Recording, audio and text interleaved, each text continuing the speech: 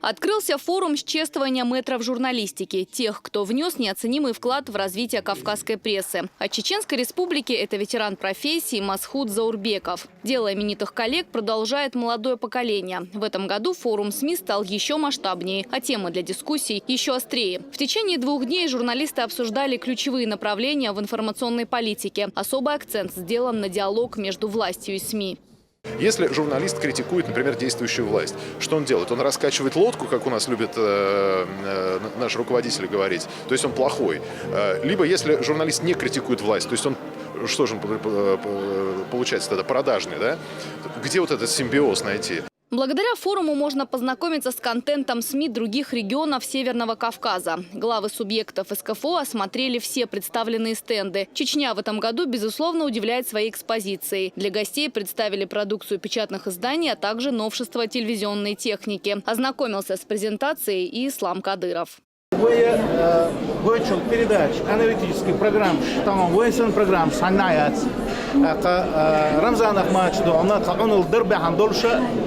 Стали возможны вот такие передачи. Хитсахару вещани, поглавш бехкеншхена, юхк амбол, что он кондицер, камударон, альчи ислам гайк. В географии цагам вещание. Почти на весь мир мы вещаем, на всех континентах. Угор кёртады, будон, альчи угор тон, юхк амбол, диц, каринок, почетный президент ЧГТРК Грозного Пачахилер. Чун тиду ахилер, чун доглазам хилер. И дать харитан лишь дина. Наша республика отсюда кимиш больше СМИ пространство договорятся. Современное оборудование, оперативное освещение событий, конечно же, свобода творчества. О развитии СМИ Чеченской Республики, достижениях и будущих планах рассказал министр по национальной политике, внешним связям, печати и информации Джамбулат Умаров. По его мнению, уже сейчас регион успешно противостоит информационной войне экстремистов, в том числе террористической организации ИГИЛ.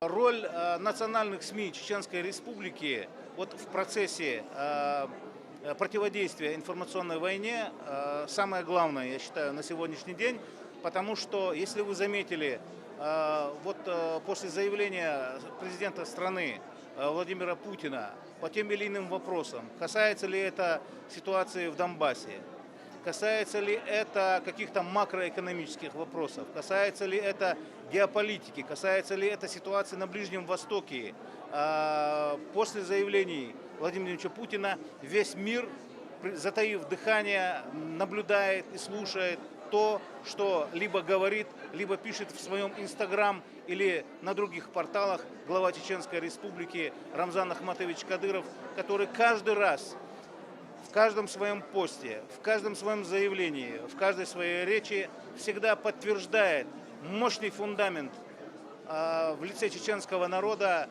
для поддержания стабильности, правопорядка и общей нашей федеральной государственности в масштабах России.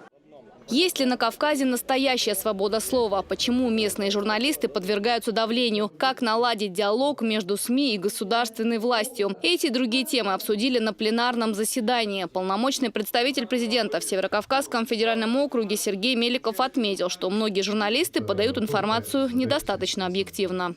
В погоне за сенсациями некоторые представители журналистского сообщества сбиваются на вброс непроверенных домыслов, трансляцию неадекватных и тенденциозных комментариев. Есть и такие, кто свои личные проблемы взаимодействия с органами власти транслируют на всю российскую государственность, в результате чего абсолютно все, что происходит в стране, подается в темных красках. Да, в нашем государстве, на Северном Кавказе в частности, проблем хватает. Но является ли это поводом для глобальных обобщений? Ведь глупо не понимать и не замечать все те позитивные изменения, которые происходят в России. И по меньшей мере странно слышать критику позиции нашей страны по Сирии. Мы сегодня на Совете глав обсуждали этот вопрос.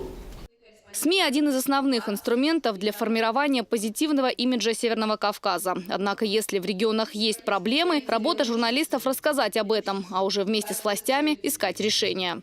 На Северном Кавказе в силу целого ряда объективных обстоятельств очень внимательное отношение у средств массовой информации к тому, что делает власть. и у властей к тому, что делают средства массовой информации. Поэтому мы объективно находимся и в диалоге, и в сотрудничестве. Именно поэтому важно выявлять те моменты, которые мешают сделать это сотрудничество более эффективным, и, конечно, эти препятствия устранить.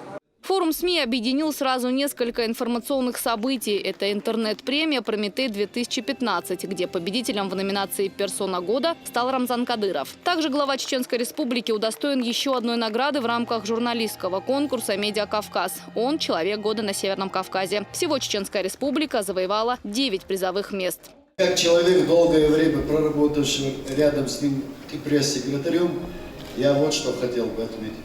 У Рамзана Ахматовича очень трепетное и уважительное отношение к нашему журналистскому цеху. Уважение и то признание нашего журналистского цеха, журналистов Северного Кавказа, вне всякого сомнения для него будет очень дорогим признанием. Мы любим вас, за нас и за Кавказ. Вместе мы сила.